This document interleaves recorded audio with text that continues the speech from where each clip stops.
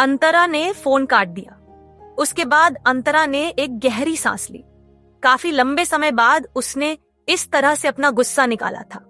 उसे ऐसा करके काफी अच्छा लग रहा था। तन्वी ने ताली बजाई और अंतरा की तारीफ करते हुए कहा, वेल डन, वेल डन। ऐसे घटिया लोगों को ऐसे ही जवाब दिया जाता है। रुद्र को शायद ऐसा लगता है कि हर लड़की उसे पाने के लिए कुछ भी करेगी। उधर रुद्र का मुंह खुला ही रह गया था। रुद्र ने कान से फोन हटाकर ब्लैंक स्क्रीन देखी। कुछ देर वो सोचता रहा और फिर गुस्से में उसने अपना फोन पटक दिया और अपने सिर पर हाथ रखकर बैठ गया। तब उसे एक आवाज सुनाई दी, रुद्र। गायत्री चाय लाई थी। रुद्र ने उसकी आवाज सुनने के बाद भी उसकी तरफ नहीं देखा। गायत्री उसके पास आकर बैठ गई और बोली, क्या फिर से अंतरा के साथ बहस हुई? इसका भी रुद्र ने कोई जवाब नहीं दिया। गायत्री ने चाय का कप देते हुए कहा, ये लो, चाय पिलो, रिलैक्स हो जाओगे। गायत्री की इस बात को भी रुद्र ने नजरअंदाज किया। गायत्री अभी रुद्र के पास एक खास मकसद से आई थी। दरअसल पिछले दिन कार एग्जीबिशन में उसने जो तमाशा किया था, उसके लिए वो रुद्र को समझाकर बहलाना चाहती थी। रुद्र की खामोशी ने उसे हिम्मत दी। गायत्री ने कहा, रुद्र, मैं जानती हूं कि मैंने कल जो किया वो बिल्कुल गलत था, लेकिन मैं क्या करती? जब मुझे पता चला कि कोई औरत तुम्हें अट्रैक्ट करना चाहती है तो मुझे ऐसा लगा जैसे मेरे दिल पर किसी ने खंजर से वार किया हो। मैं तुमसे प्यार करती हूँ, इसलिए किसी दूसरी औरत को तुम्हारे आसपास भी नहीं देख सकती। मैं मानती हूँ कि अचानक से एग्जीबिशन में आकर तुमसे सवाल करना मेरी गलती थी, लेकिन तुम्हें पता है मैं प्रेग्नेंट हूँ, इसलिए कभी कभी ओवर इमोशनल हो जाती हूँ। क्या तुम मेरी इस एक गलती को माफ नहीं करोगे? ये सुनकर रुद्र ने अपने दोनों हाथों पर रखा हुआ सिर उठाया और गायत्री की तरफ देखते हुए कहा, तुम मुझे प्यार करती हो, इसलिए नहीं चाहती कि दूसरी कोई औरत मेरे नजदीक आए? रुद्र ने गायत्री की बात दोहराई। उसका लहजा एकदम रूखा था। जवाब में गायत्री ने कहा, ये तो जाहिर सी बात है। ये कहने के बाद गायत्री ने चाय का कप साइड टेबल पर रखकर रुद्र का हाथ अपने हाथों में लिया और बोली, औरतें भी पॉसेसिव होती हैं। ये कहने के बाद गायत्री ने जरा नजाकत दिखाते हुए कहा, मुझे पता है तुम मेरे हो और मुझे तुम पर पूरा भरोसा है कि तुम मुझसे प्यार करते हो, लेकिन मुझे बेशर्म औरतों पर भरोसा नहीं है, क्योंकि तुम इतने हैंडसम और स्मार्ट हो कि कोई भी औरत तुमसे प्यार कर सकती है। बस इसी बात की मुझे फिक्र रहती है।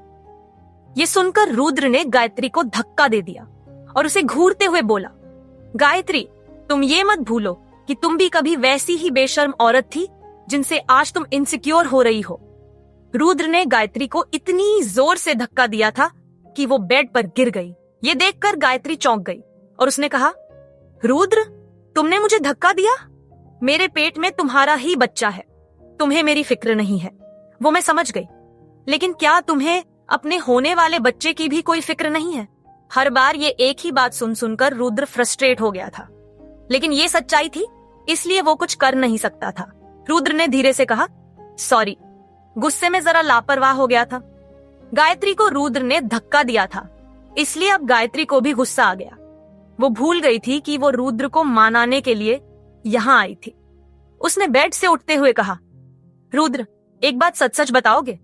कल तुमने मुझे इतने सारे लोगों के सामने सिर्फ इसीलिए भला बुरा कहा क्योंकि मेरा शक सही था, है ना? बताओ, तुम्हारा उस मॉडल के साथ क्या रिश्ता है?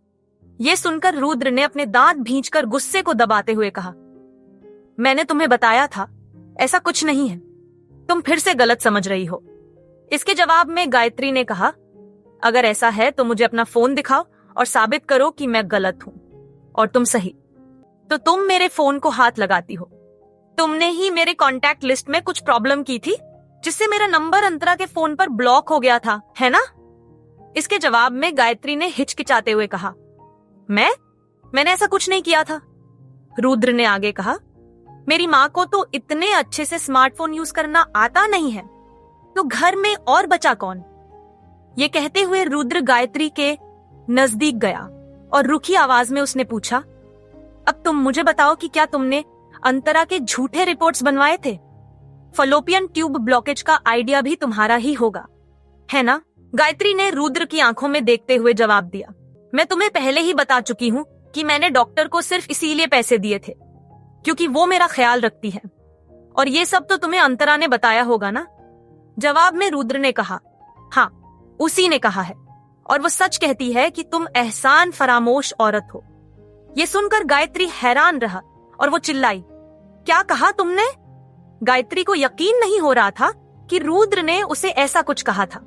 उसने आगे रुद्र से कहा, मैं तुम्हारे बच्चे की मां हूं, तुम ऐसा कैसे कह सकते हो मेरे बारे में? रुद्र ने अपना फोन उठाया और कहा, मुझे अभी तुमसे और कोई बात नहीं करनी। ये बोलकर वो बेडरूम के दरवाजे की तरफ जाने लगा। गायत्री ने उसका रास्ता रोकते हुए कहा, नहीं रुको, मैंने तुम्हारे लिए क्या कुछ नहीं किया रुद्र। 3 साल तक तुम्हारे साथ बिना शादी किए रही और अब तुम मुझे उसका ये बदला दे रहे हो।